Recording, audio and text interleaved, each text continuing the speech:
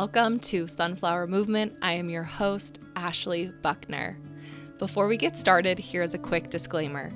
This podcast is for education and entertainment purposes only. I am a licensed therapist, but unless you have a signed consent form with me, I am not your therapist. This platform is not a form of psychotherapy, counseling, or healthcare of any kind. Sunflowers bloom in the most unexpected places, and they adjust to remain connected to the sun. Metaphorically, I define these sunflower movements as experiences with people, places, and moments where we feel seen, heard, and believed. Thank you for tuning in. Hi, everyone. I am so excited for today's guest. She's a fellow therapist. Her name is Laura Parry. She lives in Utah. And she lives in Lehi, Utah, and she has a practice there called the Roots and Branches Wellness. She's a licensed clinical social worker. She also specializes in faith deconstruction, and I just think she's just so relevant to this space, and I'm excited to have her on. So, Laura, I'm gonna welcome you and have you introduce yourself. Thank you so much. I'm so excited to be here. This is so fun. Yes, I'm happy to come on and talk more about this. As my career as a therapist is we kind of find these specialties and niches along the way, right? And religion and spirituality in general has always been something just really fascinating for me. I did grow up in the LDS church. Actually, I was at BYU, and when I took those aptitude tests, they said I should be a clergy person. And I was like, oh, well, that's not going to work because I'm Mormon. That was always like of interest to me, right? Is like spirituality and religion. So yeah, as I went on, I kind of deconstructed from the church, and now I really enjoy working with clients who are also doing faith deconstruction work. Awesome. So I'm curious, so you were raised in the LDS church, and are you comfortable sharing a little bit about like your experiences growing up in the LDS church? I know that we kind of chatted beforehand and you were sharing that your dynamic was maybe different than like a traditional Mormon family. Yeah, so I grew up with an active mom and a not active dad, non-believing dad. So that was unique for sure. And I think I had some struggles with that as a kid. Like, is my dad not going to be in heaven with us? Like, this was concerning for me, right? Um, so yeah, that was a unique dynamic. And I think I felt that I needed to be in the church. Like, I was going to be a good girl and I was going to do the things that I was supposed to do, right? But I found really believed for myself at some point in my life. Ended up going on a mission. But yeah, I think some of my deconstruction stuff started very early, like as a child, being like, I don't know if this fits with what is true for me. So Yeah, I'm curious. So I grew up very similar. My dad was not a member, my mom was, and I think that impacts us on such a unique level because of the emphasis placed on having a male priesthood holder. yeah. And for listeners who don't know what a priesthood holder is, that's like and maybe Laura, you can probably speak better to this than me, but they are the individuals with like the power, right, in the church, and they're able to give blessings and so if you don't have that in your family, it's pretty significant. I don't know if you'd add anything to Yes, that. no, they like protect the home. They're there to make sure everything is like safe and what God wants essentially. But I remember feeling some pity sometimes from people like, oh, you don't have a worthy priesthood holder in your home. I don't know if you ever felt that, but yeah. No, I absolutely did. And I share this story quite a bit, but I remember being a little girl, probably like 5 or 6 years old. And and I obviously know this now with my therapist language and own deconstruction, but just like feeling like less than because my dad was not a member. He actually ended up getting baptized when I was 10 and my Mm. parents did get sealed, but I don't think he ever believed. Like he just did it because of the pressure of the community.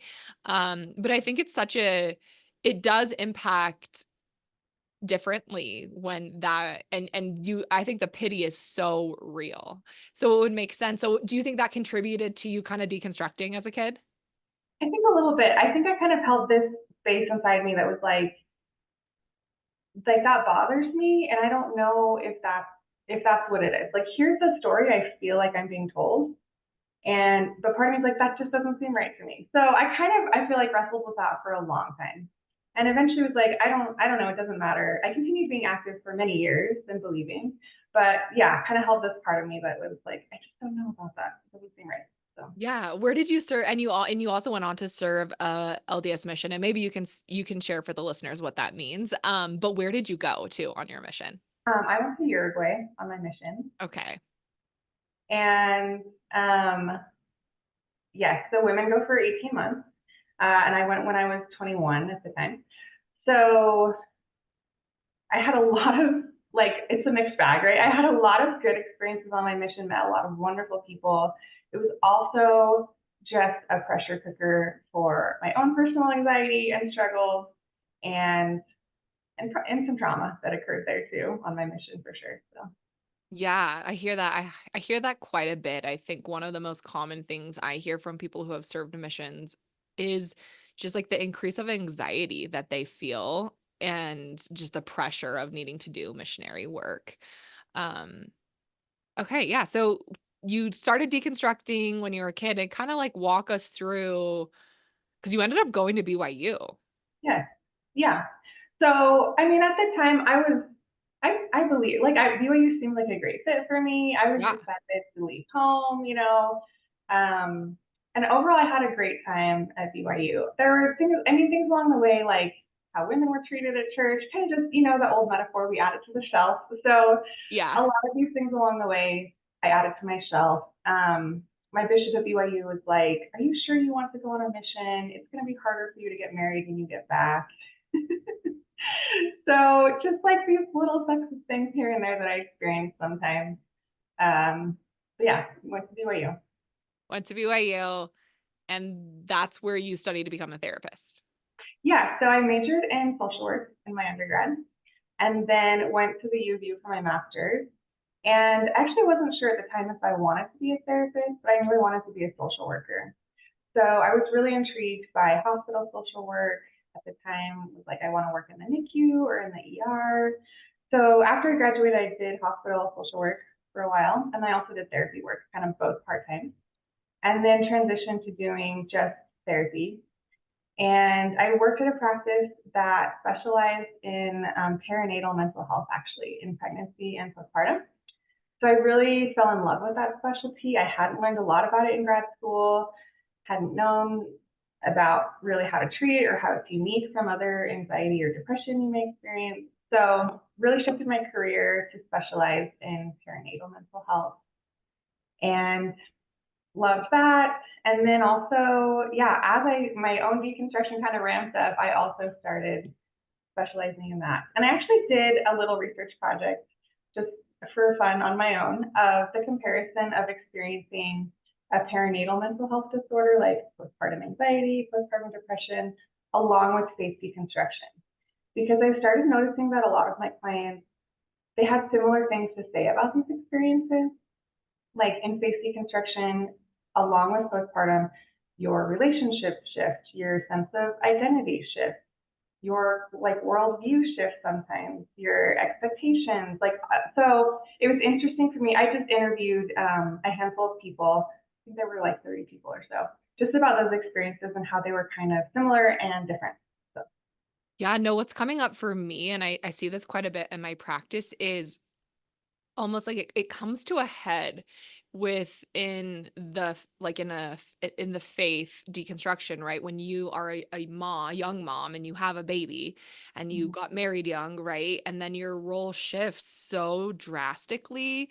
And I think unfortunately, a lot of women are not prepared in this culture because of just how young they are, and their partners don't know how to support them because their partners grew up in this very sexist culture where like the moms raise the babies and the dads work. And I definitely think that's shifting, but it makes sense that the deconstruction process also starts too.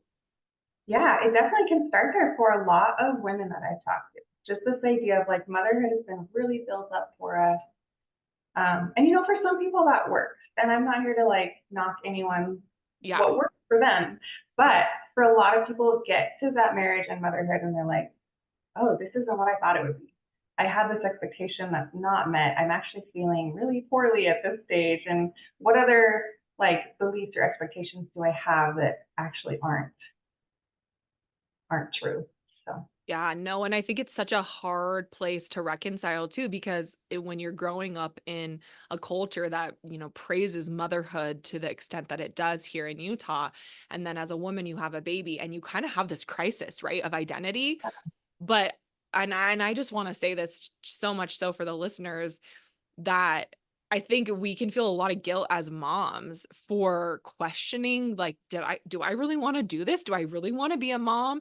And it is so scary, and I think then you have this added pressure of growing up in a culture that it has really put motherhood on a huge pedestal. So I wanna normalize this for listeners that it's okay to question it, and it doesn't make you a bad mom, and I really invite you to stay curious and open to it because it's a valid thing to feel, and I do think there's so much grief if it wasn't maybe, quote, unquote, "what you would have chosen" had you not been raised in the culture and the religion that you were, right? yes, that question is so fascinating to me of like, what is what is choice? And is it as it seems on the surface? And if we've made certain choices in our life, what's really influenced those? Yeah, Yeah. no. And so I'm curious, when you were doing this, research, were you still a member of the church at the time, or had you or were you kind of like Yeah. deconstructing? I was wondering Yeah. if you could walk us through your deconstruction. Like you Sure. said that you've put some things on your shelf, right? That's an expression used, right? When people are considering walking away from a high control religion. So I'm curious, what were your shelf items? What finally broke your Mhm. shelf? How did you deconstruct? And what? Yeah. Yeah. So when I did that survey, I had stepped back. Um, I mean, I'm part of a mixed faith marriage. My husband is believing and active, so I go to church on occasion, and so that's where I'm at. I haven't, removed my name from the records or Sure. anything like that. But yeah, but at that time, I had really, I would say, stepped back more. Um, so yeah, let's see. Thinking back, there were a lot of things on my shelf. A lot of like just treatment of women. Um, just I think as I got older, I just had this more like, what are my values? Like, Sure. here are values I've been given, but like, what do I value? I mean, I'm a social worker. I'm kind of about radical inclusion and social justice, and I just didn't see that reflected as much as I would have wanted to in the church.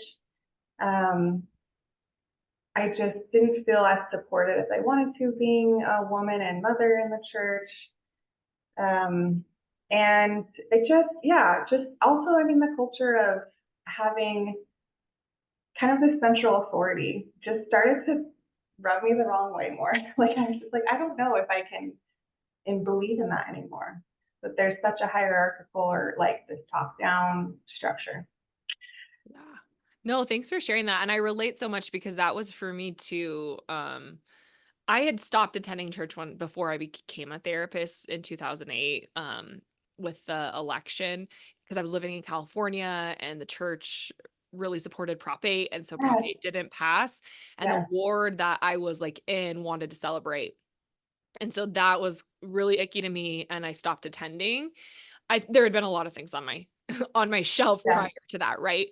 But when I became a therapist and I started working, so I went to graduate school in 2010, graduated in 2012, and they had another interesting thing happen where kids that had gay parents couldn't be baptized.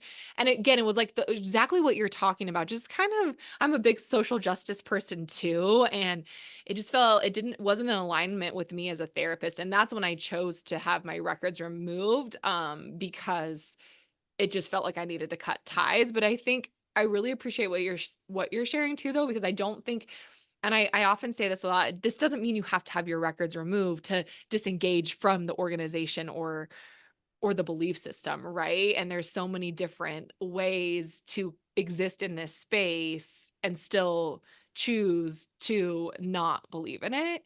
But I love what you shared, just kind of how it wasn't in alignment with you as a therapist. And I think that's so real because of the work that we do, right? I mean, we work with people's pain, and sometimes that pain comes from a high control religion like Mormonism. yes. For sure. Being a therapist definitely brought a lot of that up to me. It's hard to ignore when you're working with it every day. I'm glad you said that about Prop 8. That was a big shelf item. I'd forgotten about that. You're bringing to mind all the specifics. Prop 8 was, yes, with the children with gay parents. Those things also just added to my shelf. And it got to a point where it was too difficult to reconcile, I think. And you also bring up a good point with being able to exist in this culture and space in different ways. Like, I really hope that's where we're going.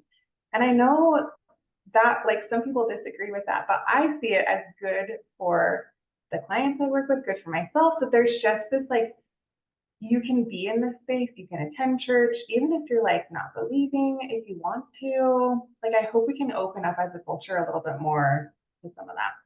Yeah, no, I mean, because I think it's important, right? If we want to create change and healing within this system, there has to be a level of openness and curiosity to working with it. And it's difficult to do. And it's difficult. And I will say, even for myself as a post member and being out for as long as I have and the trauma that I see on a regular basis, it's really hard for me to be like, okay, how do we coexist? But I also believe in it, right? Like I have to be open and curious to that because me judging and saying like this is the wrong way is also just as much a part of the problem. I want to take a moment to tell you guys about a new product I'm using called Prana Mat. I've been using this mat for the last month and it has been such a game changer for me in regards to decompressing, releasing stress, getting better sleep, and even noticing some more muscular tone in my body. I love the mat because it gets directly into my nervous system. It's a way to do a body-based approach that's very quick and efficient and only requires about 5 to 10 minutes. To learn more, visit pranamat.com and use Ashley B at checkout for a special discount code. In my opinion, right? It gets really tricky. Like, it gets so hard. It is so tricky. And I do wholeheartedly believe in talking about harmful parts, right? And Yes, labeling what is the harmful parts, because that's absolutely. to me the only way things change. Hmm. And also, you know, being mindful of judgments towards people, right? Which Yeah. I think when you grow up in a high control religious culture, the judgment becomes a part of survival. And so then I think even after you leave, it can continue to show up. So I really appreciate this conversation of just that coexistence of all different types of ways of being here, because I think it's unrealistic to say that it's going anywhere, right? Hmm. And so we Yes. have to figure out how, as a culture and a culture here in Utah, to create more openness to different ways of life on both sides of the spectrum. Yes. Like, it's such a fascinating thought exercise for me to think about, what if we became like the Catholic Church, where they have all levels of belief. Like, some people that are very devout and do all the practices, some people that attend on Christmas and Easter. But I don't, again, I'm not an expert on Catholics, I don't know, but I don't get that there's this sense of, like, I don't know, so much judgment around your level of involvement. And it just seems, I don't know. Does that? Yeah, no, I mean, I know a little bit about Catholic culture. I went to a Catholic university and I have a lot. My grandmother's Catholic, and like on my dad's side of the family, and I have a lot of. Okay. So I've been to Catholic mass quite a few times, and Hmm. it's definitely, in my opinion, like it's still a fairly high control religion. It's just different than Mormonism in a lot of ways. Um, because again, it's more come as you are Yeah. and less rules and less rigidity. Hmm. Like you could take mass even if I never took mass in college, but my roommate did, and she was not Catholic, but she would take it. Like, so it's just like more open. And I Yeah. actually I but then like if you listen to what's said on the pulpit, like from the priest, it's a little bit like the rhetoric. I was like, because we would go to midnight mass as a family with my grandma quite frequently, and I was like, I don't really know if this like message is what I want to hear on Christmas Yeah. Eve, you know, Yeah. Okay. and not that it was different than Mormonism, but I was like I had already left Mormonism when we were attending midnight mass, but I was like, yeah, I just don't. This doesn't align with me either, Hmm. because I really am not. I just don't believe in sin in the way that Right. religion believes in sin and the devil and just Yeah, all of that to me, um, takes away from the human condition and, like, our empowerment as human beings. sure. So, I don't know, I think all religion has like, some really solid positive aspects to it, and I think I know it's supportive to a lot of people, and then I think there's also still harm, you know? Sure. And yeah, that is an interesting question. Like, there are spaces all around us that cause harm for some, right? Yes. And like, what do we do with that? How do we handle that? How do we manage that? So I don't know. Interesting question. I don't believe in sin either, actually. but No. I, but yeah, just as I think for Mormonism, like, can we be more like open as a culture and less rigid? I hope that's the direction that most groups are going. But Yeah, no, I hope so too. So I wanna talk a little bit about I wanna talk about what you do, but I wanna talk about your mixed faith marriage because you yeah, mentioned that you're in a mixed faith marriage. So, did you choose to kinda step away from the church after you were married? yeah. So it was actually 10 years or so into our marriage that Okay. I really came to the point where I was like, it's not sustainable to keep going, to keep engaging in the same way that I have been. So yeah, took a step back at that point, and I mean, it's always hard when a change like that happens in a marriage where we think it's going to be one way and then it ends up looking another way. So we've gone through our ups and downs with that, but overall, I think, um, yeah, my partner and I have been able to respect each other's beliefs still in a way that majority of the time makes it work. Yeah, so I'm curious, how like, what I guess I'm, like, trying to think of a question that people would ask, but what allows it to work? Like, what allows you to navigate? Because these are because Yeah, you don't believe and he believes, so what compromises have you both had to make in order to make it work? I think that would be really helpful for people listening. yeah, that's a great question. I think from his side, he has really validated my decision in a way that says I can see that that's the best choice for you to step away. And Ooh, that is huge, right? And I know like not every marriage can get to that point, and not every marriage should stay together. I mean, there's all different circumstances, right? I definitely don't think it's right for everyone to stay, but for us, that was key. For me, that was key for him to be able to say, like, I can respect your choice. Like, I can see that, the experiences that you've had and what's gone on for you, that's for you. And I've been able to say for him, like, I know that you still value the church and you want to keep going. So that piece of it is really big. And then being able to, I think, just compromise on, and we have kids, and that adds a whole other layer into it, right? Neither of us are very rigid, though. I think we've been able to compromise on, like, you know, our kids for a while were going to church every other week, and getting to the point now where maybe we're going to let them choose a little bit more what they're going to do. But yeah, compromise. yeah, and I love what you said about not being rigid. And I think when I hear the word rigid, to me, when we're really rigid, we're scared, right? We're inflexible, and a lot of times that's rooted in some of our own distress and our own wounds, and so I think to get to a place where you can be open and flexible and compromising speaks to your character and also your husband's character, right? Because I would imagine this is difficult to navigate, and I'm curious for you, what has been the hardest part? So, I mean, we talked about what works, but what has been the hardest part for you navigating, um, a mixed faith marriage and raising kids with differing beliefs, and how have you or how are you working through it? Mm-hmm. I think I don't know. It's hard to not have that connection anymore of religion and spirituality. And I mean, even if two people are very active, they still experience their faith in different ways, as we know. But like, it just I don't know, it widened the gap there quite a bit. So we've had to find new ways to connect. Um, Seeing where we still align in our values, even though one of them isn't church. Um, I think in some ways we still align on some spirituality things. Um, and I know that's also a difficult topic with deconstruction is like, well, am I spiritual? What does that even mean for me? But I've landed in a place where I can still in some ways connect with my husband on that. And then difficult parts are, yeah, just with my kids, what messages are they getting and how are they internalizing them, most importantly. So just trying to talk to my kids about, what do you feel about church? What have you learned there? What do you think about yourself?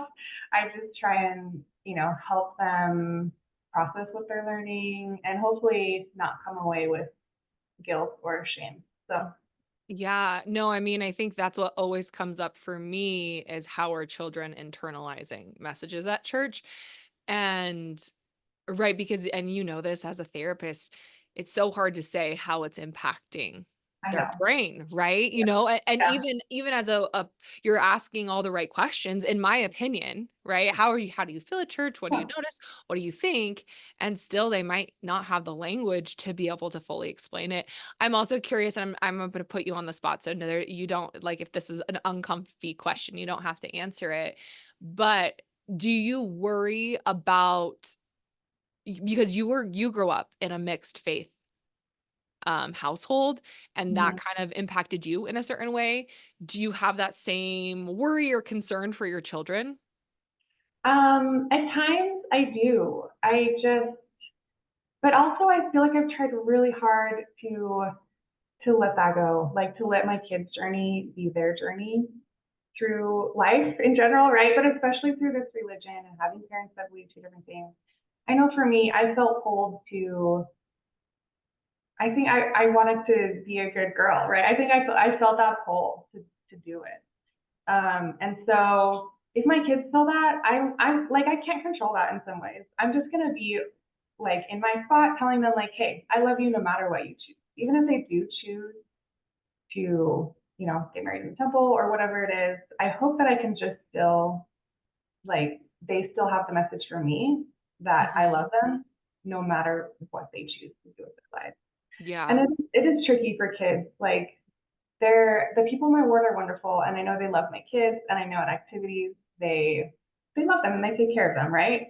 And that's great. And but it's this balance of like, but overall, what is happening in my kids' brains and for them, and just trying to manage that while also, I think, just trying to let it go.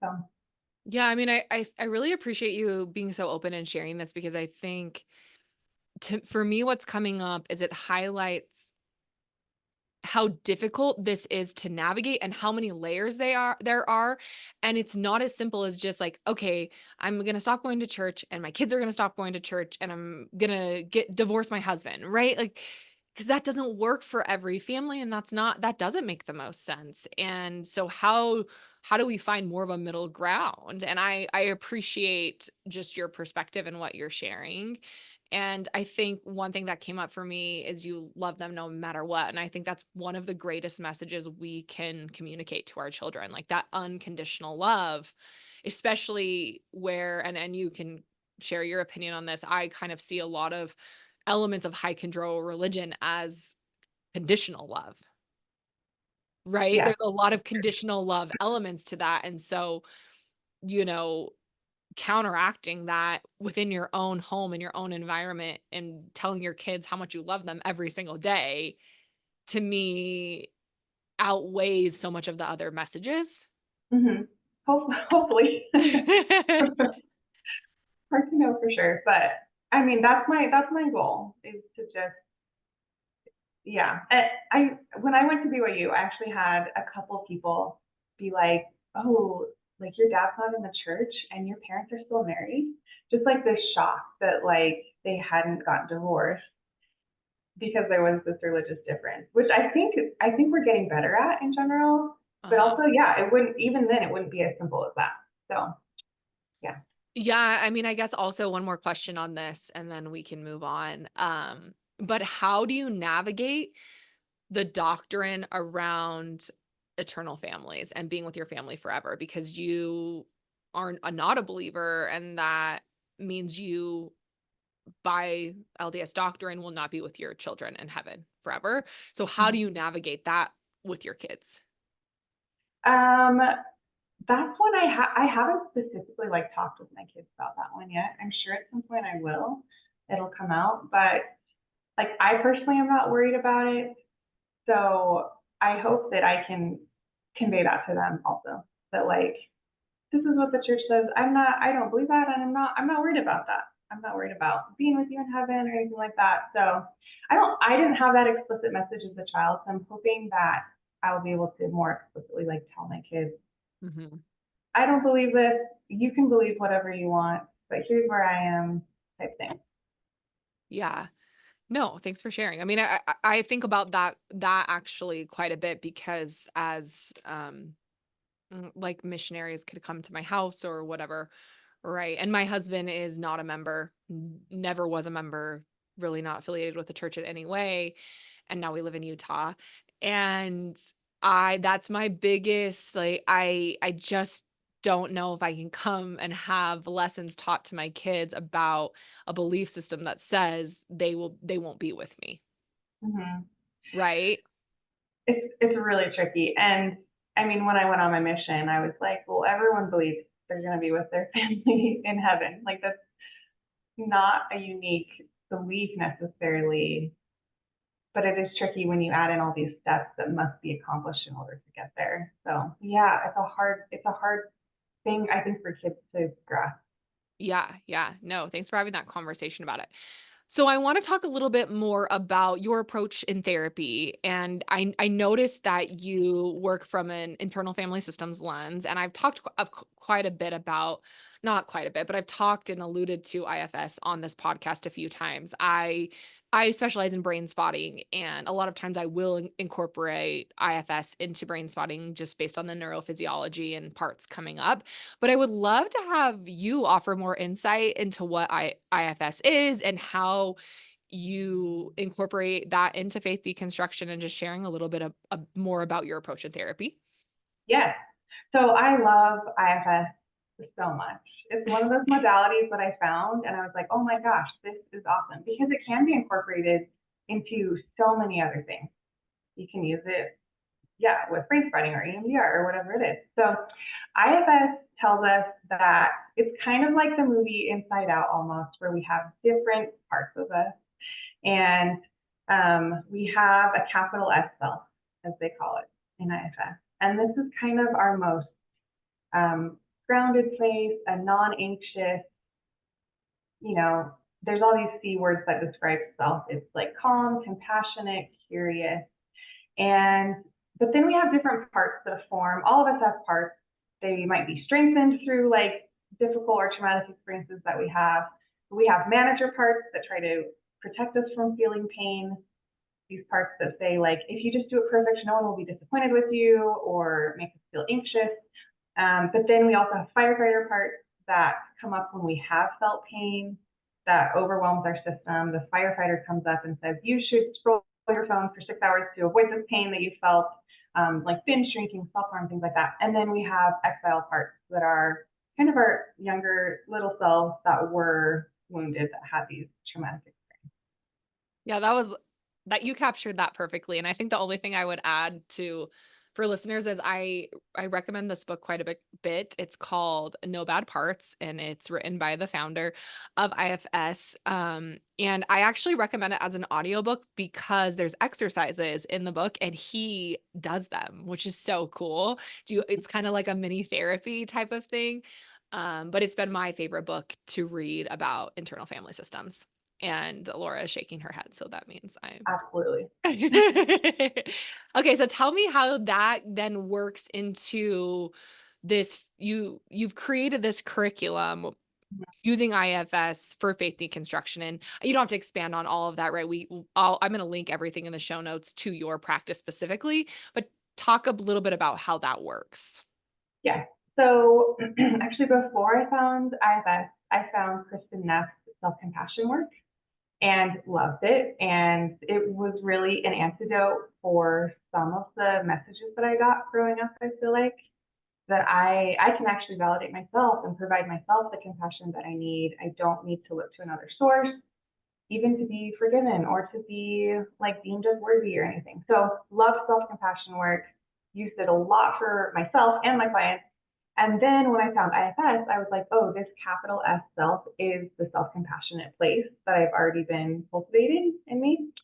So I, as I was like trying to, figure out, I wanted to do something with the deconstruction with my deconstruction clients. I wanted to create kind of a group. So I thought IFS would be a perfect way to help people conceptualize this. And I think, just getting in touch with that capital S self, like what do I actually believe? What are my values? And then separating from these anxious manager parts that tell us, I mean, I definitely have this anxious manager part. Not everyone would identify with this maybe, but you better read your scriptures. And did you pray every day? Did you like all the checklist things, right? And so I kind of started to view this more as this anxious manager part of me that was making sure I was doing all the things. And my capital S self was way more zen about it and was like, you're okay. Like you can still provide like love and compassion to yourself, even if you're not perfectly doing all the things. So in group, we do exercises to kind of separate, in IFS language, they call it unblend from these parts and just get to capital S self. And the group is not about like, what should I do with religion, or should I stay or should I go? It's really just about identifying the parts of you and making choices from your capital S self instead of acting and making choices from a part, like a manager. Yeah, no, I love that, right? And I think that's such a misconception. And I know I receive this so much when I'm talking about faith deconstruction or religious trauma, that then I am telling people to leave religion. And as a therapist, that is never what this is about, right? It's about holding space for what's coming up for them in their being, and then allowing them to work through that to make choices and decisions from that S self, right? Or from, where they need to be versus these trauma responses or the distress that often we feel for a variety of different things. And so I love that you shared that, because deconstructing faith does not mean that you're going to leave your faith, right? No, it does not. Yeah. And it does not mean you have to. And to heal from maybe religious harm or religious trauma does not mean you have to leave your faith. But Mhm. in my opinion, it allows you to show up more authentically within your faith and decide, is this what I want to believe, or do I want to believe something else? And it just kind of gives you the opportunity to put everything on the table and Mhm. realize it doesn't have to be one right way, which I think to me is one of the more damaging messages of a high control religion like Mormonism, is there's one right way to live your Mhm. life. Yes. And that is so disruptive to our nervous system because it doesn't work like that, Yes. right? Yes. And that is where I'm getting with like this cultural piece of like, can we let people be their right way for them, right? And still Yes. be okay. But yes, I agree. The one right way is such a difficult message to, it's so harmful to say there is one right way. So yeah, I really appreciate that IFS does give us that opportunity to, even if you stay in a religion, you don't like, it can change your religious experience if you're acting from capital S self instead of this anxious manager that's always worried about all the things. So No, thank you for sharing that. And then before we jump into some questions from the community and the audience, I wanted to ask you to just talk a little bit about your practice and the services that you offer. I know there's a bunch of therapists there. And again, this is Roots and Branches Wellness in Lehigh. Um, because I know one thing, and I have this conversation with a lot of clients or potential clients about not feeling safe to go deconstruct their religion with an LDS therapist. And I often say a therapist who's legitimate, a therapist who's addressing their own biases, it doesn't matter their religious background. And so I'm curious how you navigate that with clients that are seeking services for faith deconstruction, and how do you reassure them that mhm. your practice is a safe place for them? Yeah. Okay. So yeah, there are a group of us here in Lehigh. We actually just moved into a cute little house. So it's a house converted to an office space, which is adorable and really fun to do therapy in. But we all specialize in perinatal mental health. That's one of the pillars of our practice. So pregnant, postpartum, we all can do that. And then, but we also all do deal with faith deconstruction, faith struggles, because it's the area we live in, it's just very common. And so at our practice, we have a mix of like active and non-active therapists. And I do think we really try to provide clients the experience they need, regardless of our own stuff.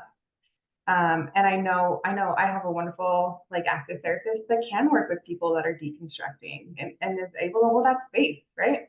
Which is incredible.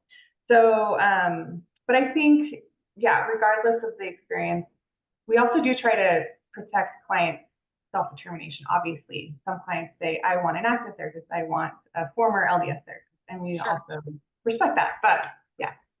No, I appreciate you sharing that. And I just also love the resources your practice offers to women that are pregnant, like postpartum. I think especially in Utah that is so needed. And Yes, I'm glad we're talking about that because again, like we shared earlier, motherhood, I think motherhood in and of itself is, and you can speak to this too, it's one of the most activating things I've ever done in my entire life and absolutely. stirred up so much of my own wounds. And and that's also been a gift to reconcile just my own personal struggles. And as a woman who after my second baby, I actually had very extreme postpartum symptoms. And even though I'm a therapist, I didn't seek help for a while because I'd have like good days and then bad days and just it's just chaos. And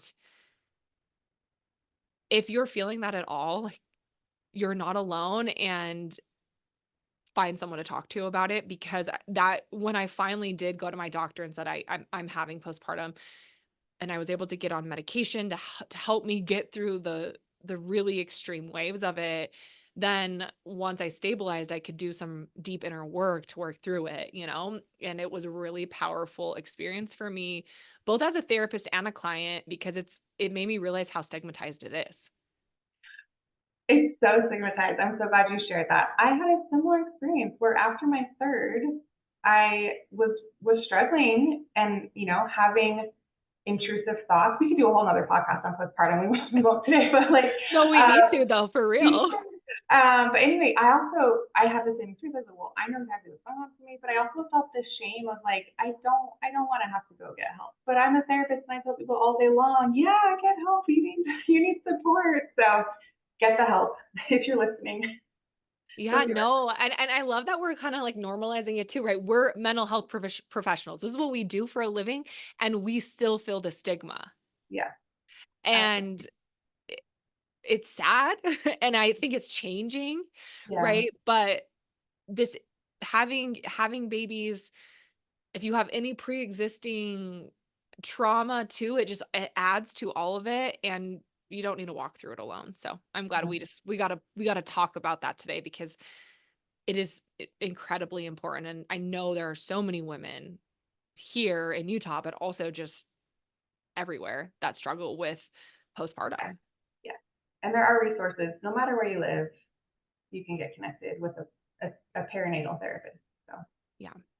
Thank you.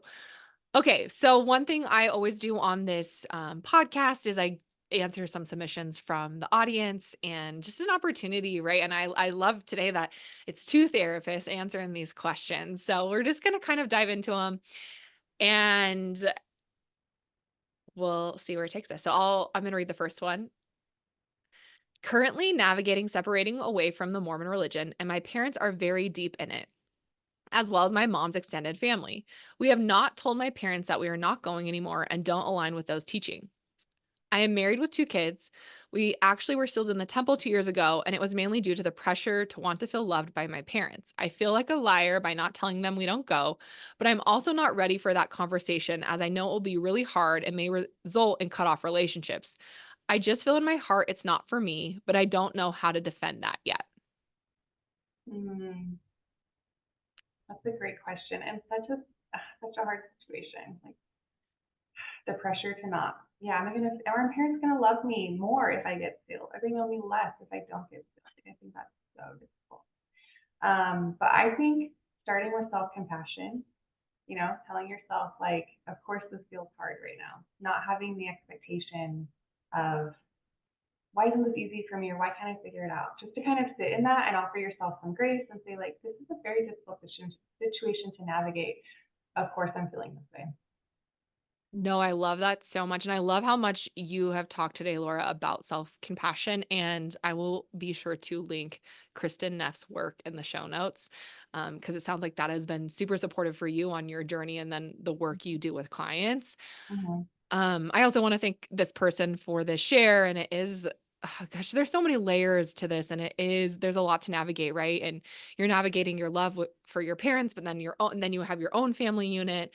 And when I always see something that says, I am not ready to have this conversation yet, I really invite people to honor that, Yeah. right?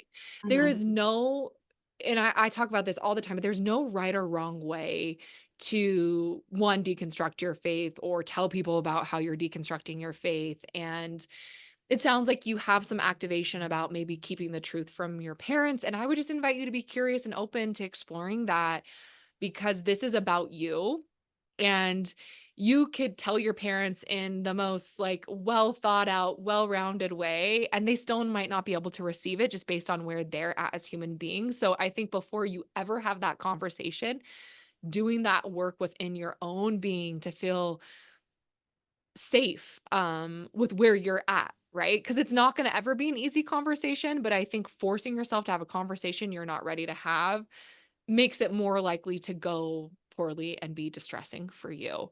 Um, and I'm hearing a lot too about just, you got married in the temple because you want to feel loved by your parents. And what also comes up for me when I read that is how do you love yourself? How do you give compassion to yourself, right? And I think so much of healing, whether it's from high control religion or anything we go through in life, there is almost this element of reparenting ourselves Hmm. and giving parts of ourself, if we wanna take an IFS approach, maybe the love and compassion that those parts needed, but didn't get, and not because our parents were bad parents, but they're just showing up as humans, right? Yeah. And so many of us are trying to do the best that we can, and we're still gonna fall short, and Hmm. so I think healing involves a little bit of reparenting. For sure. And this question brings to mind, this is a really common one, I think, but there's, we don't have to, if we decide to leave the church, we don't, if we decide to start wearing tank tops, we don't have to always show up in, you know what I mean? Like, we are allowed to, like, come in, if we don't want the questions that day of like, oh, if I should go to the family event in a tank top, people are going to ask questions or whatever. And it's like, well, I'm not ready to deal with that today, so I'm not going to do it. And there's no, it can ebb and flow, and it can, yeah, it can, you can feel ready one day and not ready the next. But I love what you said about just like honoring where you're at. If you're not ready, you're not ready, and that is okay. So I love that too, what you just shared about the boundaries. Like, if you're not ready to have those conversations, that's fine, right? It's hard, right? Because you do wanna wear the tank top and that feels uncomfortable, and I think it's really important to evaluate where you're at, what's I gonna be think, more yeah, uncomfortable, more distressing for you, but you get to decide those boundaries, and you don't even have to tell anybody anything, yeah. and And I days love can be that. different. It doesn't have to be the same every day either. Absolutely. Sometimes, and yeah, it's uncomfortable either way. Sometimes how we show up, right? Choose which discomfort you want that day, maybe. Yeah, no, and I love how you said every day can be different, Yeah. and it can be personal to you, and again, like there's no right or wrong way to navigate your faith deconstruction. And I think it is just continually tuning back into yourself, into your own being, and where are you at, and what's going to be supportive for you today. Um, okay, that was such a great submission. I'm going to go to the next question now. I was raised in the church, and now at 37, I have decided it doesn't feel right anymore. So much of my religious/spiritual practices are so directly tied to Mormonism that I don't know how to disconnect the two. I want to believe in a higher power, but I don't know what that looks like if it isn't the Mormon God. How do you recommend people approach rediscovering/redefining their beliefs? I think now knowing so much about you, Laura, and your passion for spirituality, I would love to hear your thoughts on this question. Yeah. This is such a great juicy question. I love it. That was exciting for me. I know some people approach it with like trepidation of like, what's my spirituality now? For me personally, I was just excited to like, I get to like figure out now what that looks like for me and what it means for me. Um, for me, honestly, a big source of my spirituality is being with other women and just like getting Mm. together and having strength from my friends and things that we do. But so for this person, I would say I'm really curious about how they say I want to believe in a higher power, and I wonder what if you could suspend that and say like I don't know, but I'm going to just be curious about it. Like, what is the wanting to know about? Is that really authentic, or is that like a part of you that's like, well, what would happen if I decide I don't believe in a higher power? So I'm curious about that, and maybe to explore that more. But also, I think talking to people that have left, exploring other religions, and just getting to, maybe use your capital S self to decide what is authentic to me and my spirituality and what can I bring in. Like you get to sprinkle in anything that you want now. So I love what you said about being curious about the wanting, because I think when we're stepping away from a belief system, that can feel terrifying, yeah, right? And so it's like we got to have something else to cling to. yeah, And then we bypass, in my opinion, some of the things we need to reconcile and navigate within our own being, right? Which is exactly what you're talking about. And I think putting all things on the table, like maybe there isn't a higher power, right? And just allowing yourself to hold space for that versus needing to figure out that there is one. And I think through that curiosity and that openness, you'll find those spiritual practices that align with you. And I know that was my experience too, personally. And it's so funny. And my spirituality has evolved over time as a yeah. human. But when I was in, so it was like the year after I stopped attending church, I studied abroad in Ireland and for the summer. And one of the classes we took was on like it was world religions or something. And I started learning about spirituality, and that spirituality looks so different and can be so many different things. And Ireland, if you've ever been there, I mean, it's just like the greenest place I've ever been, and just beautiful scenery, such an incredible culture. And we would do a lot of excursions and we'd be out in nature and just breathtaking views. And I was like, "Oh my gosh, this feels different in my being. Like this feels spiritual." And that was my first encounter of what spirituality could be. And I think Mhm. that's evolved and shifted over time. And even now, so like when I got married, which was in 2016, I was like very rigid and like God and Jesus will not be at my wedding. Like, no, I don't want any religion there. And it's so funny. I don't believe in in those beings on a personal level, but I would say that I've started to pray for myself. I have discovered like I actually am an incredibly spiritual person, and I don't attend a church and I don't prescribe to a religious belief system, but I almost had to hold space for that there wasn't one to then Mhm. figure out that there was one. Does that Yeah, make sense? yes, yeah, absolutely. It's it's such a journey, and I don't want to downplay like the terrifying aspects of it because there is. If you're in that terrifying place, it's okay to be there too. It's okay that you're. It's scary, but allowing it to change over time, I think, is so beautiful, and just like yeah, allowing ourselves to not not need a rigid system or not feel like we have to rely on something like that, but it can grow with us.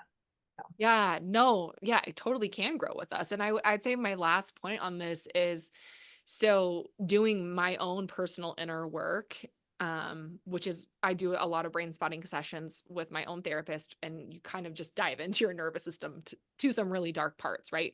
And doing so much of that and working with those dark, scary parts has actually been what's allowed for so much more spirituality in my life. And I actually see this with clients. Like I've had several clients where we're doing processing, brain spotting processing, really deep, heavy emotions. And then getting to the other side of that, I've had clients say, Oh my gosh. I think this is what I've always thought. This is what the spirit, right, that you learn about Oh, in church has yeah. always been meant to feel, but I've never felt it till right now. And it's because Mhm. it's connecting with our own being, right? And I believe that spirituality, God, higher power, whatever exists in all of us. Yeah. And it's just kind of it's tapping into that capital S self, right? Mhm. And Yeah. trusting our own like emotions, feelings, sensations, Mhm. thoughts, Mhm. and it's so powerful. So I don't know. I don't know if you think I think this is like brain spotting for me and doing this work with clients have made me such a spiritual person because I'm like, wow, when people tap into that part of themselves, it shows me that there's something bigger out there. Absolutely. That is so beautiful. I love that you shared that client experience. That's awesome. Yeah, spirituality can be everywhere. There's this book called Everything is Spiritual, I think by Rob Bell. But anything and everything can be spiritual. So yeah, I'm writing that one down to put in the everything is spiritual. I'm going to write that in the show notes. So yeah. thank you. Thank you for all you've given us so many resources. Okay. I want to do one more question and then we'll wrap up. Um, I'm 2 years post deconstruction and leaving the Mormon church. During my reconstruction, I was hungry to learn, to replace, and grow. Lately, though, I feel stuck, aimless, purposeless in my personal growth. How do I move past this? I'm uncomfortable here, and I want to feel the way I felt when I was busy putting all the pieces back together after my world came crashing down. I thought that part was painful, but at least I had direction. This is painful and directionless. I'm lost. Hmm. Another great phase on the journey, right? I was trying to figure it out. Um, so in this question, they're saying, I feel stuck, aimless, purposeless. How do I move past this part? You're using parts language. IFS language. So I would say this is a part of you. I would want to get to know this part. Like, can you be curious? You have this part of you that's saying inside of you, I'm aimless, I'm purposeless now. Can you develop a conversation with this part of you to say, I'm curious about why you're showing us this way. Like so we feel purposeless. Tell me more about that. Like you have to play therapist to your own parts in some way. And yeah, along with offering yourself compassion and validation that, this is maybe just accepting that this is part of the journey. So yeah. No, I love that. I mean, I love that you labeled this as parts. These are a lot of parts showing up. And whenever I see the word stuck or I'm uncomfortable, I invite people to be curious, right? We don't like the way that feels, so we want to hurry and get past this phase, which is so valid. It's not fun to have to be in the uncomfortable and the icky. And so what can we do to figure it out? And sometimes it's just meaning you kinda have to sit here, you have to sit in the discomfort, you have to sit in the stuck feeling and be curious and open to it, like, what is this part trying to show you, to teach you, Hmm. and hold space for it without judgment, Hmm.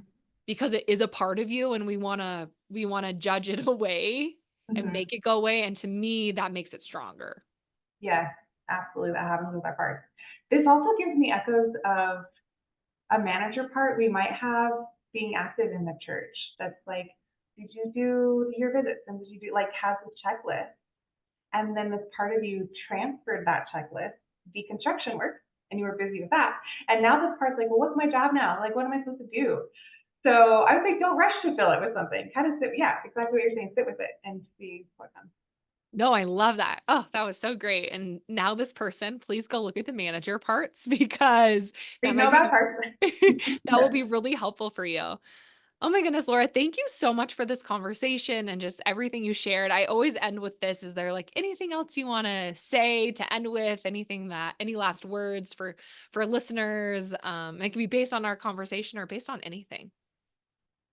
Um, I don't know. I think I'm so glad that I could come today and chat with you, and just want to let everyone know that wherever you are in your spiritual journey is okay. Wherever you are on your motherhood journey is okay, and if you are wanting more resources, help is out there. Oh, I love all of that. Well, thank you so much, Laura. You were great. Thank you for sharing your story, for your vulnerability. And I actually look forward to having you back on, and we're going to dive into mixed faith marriage. We're going to dive into postpartum, so many fun topics in the future. Thank you so much for tuning in today. If today's content resonated with you, please share, leave a review, all the things. It would mean so much to me.